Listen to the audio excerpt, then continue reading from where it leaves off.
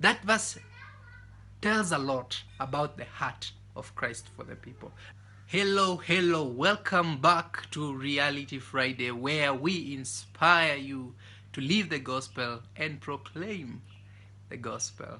Today, we are talking about the significance of the words of Jesus from the cross. And the words are, Father, forgive them, for they do not know what they are doing.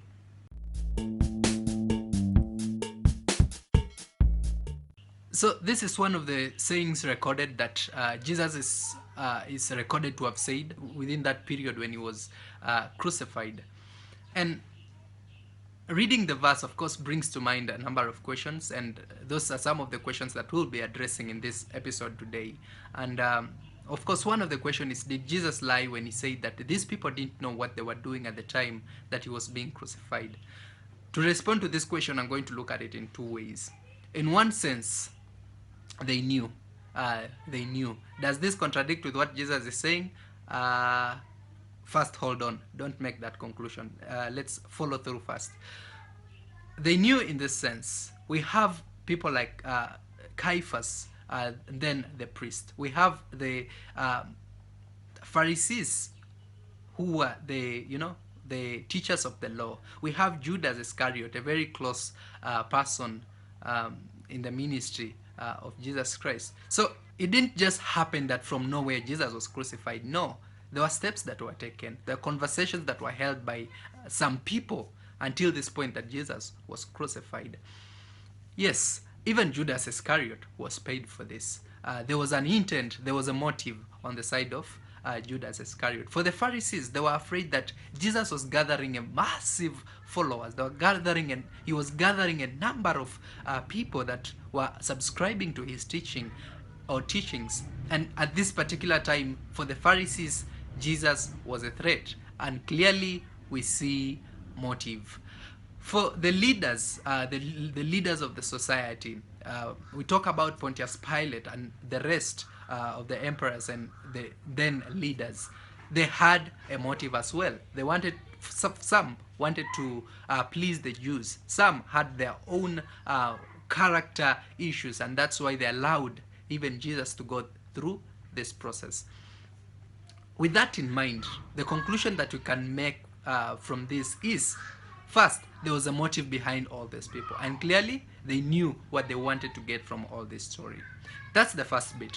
The second bit, where I say, yes, in a sense also, they did not really have a full grasp of what they were actually doing.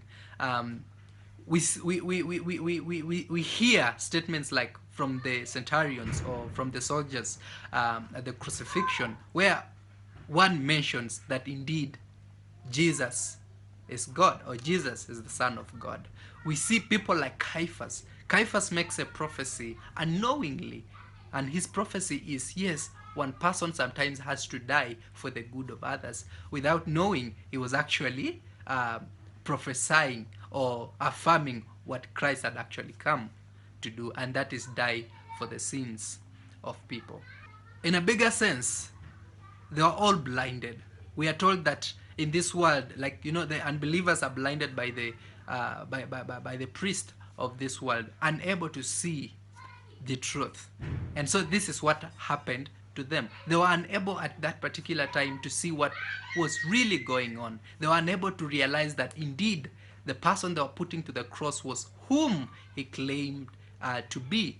And as a result, that they got to know it later, or the truth, the conviction got to get stronger later. We see people like even Judas Iscariot taking the step of even hanging himself to death, because at this time now, the reality of what he had done had actually dawned on him. So yes, they knew, and also in a sense, they did not know. It comes even to us today. It comes to us today. Unless the truth has been revealed in our hearts, unless we've received the full truth, in many ways we remain to hold on to lies. We remain to hold on to what is faulty, thinking is actually what is true. We live in a life thinking that we know, when actually we do not know. No wonder in the book of Proverbs we are told of the ways that seem perfect to man, but the end result is destruction.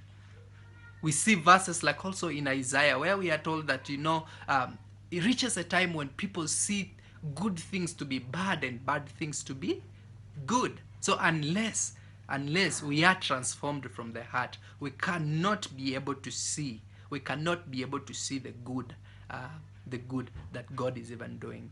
So conclusively answering those questions, we cannot actually say that Jesus lied, that these people didn't know what they were doing, because yes, in a sense, they didn't know what they were doing. But then the question is, what's now the significance of this verse in our lives today? Here's the significance of that verse. That verse tells a lot about the heart of Christ for the people. Remember, at this time, Jesus was experiencing the most painful moment in his life. He was going through suffering that he did not deserve, suffering that he did not earn, as some of us actually have earned that kind of suffering.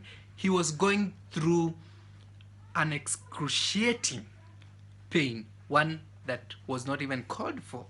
And so the question is, why was he going through all that? He was going through all that because of the love that he has for us.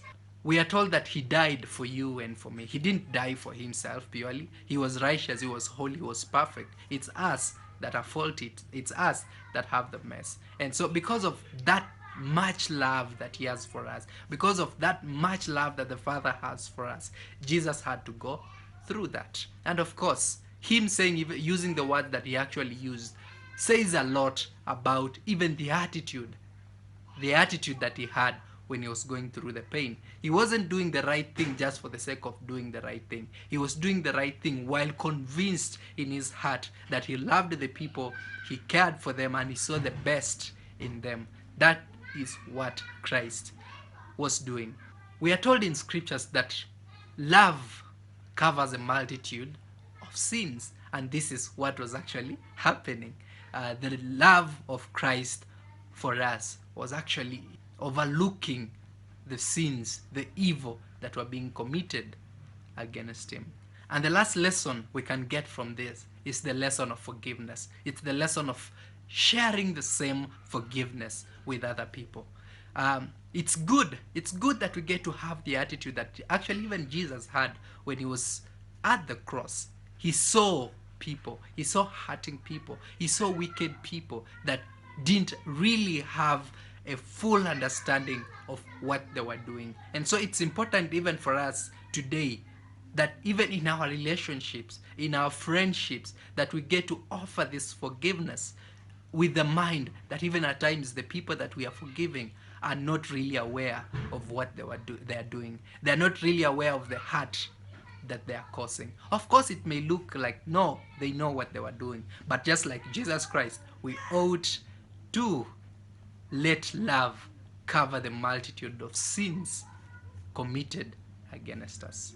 Yes, thanks guys for watching to this very end. I would love to hear your thoughts. So please share with me in the comment section. And please consider liking the video and subscribing to the channel.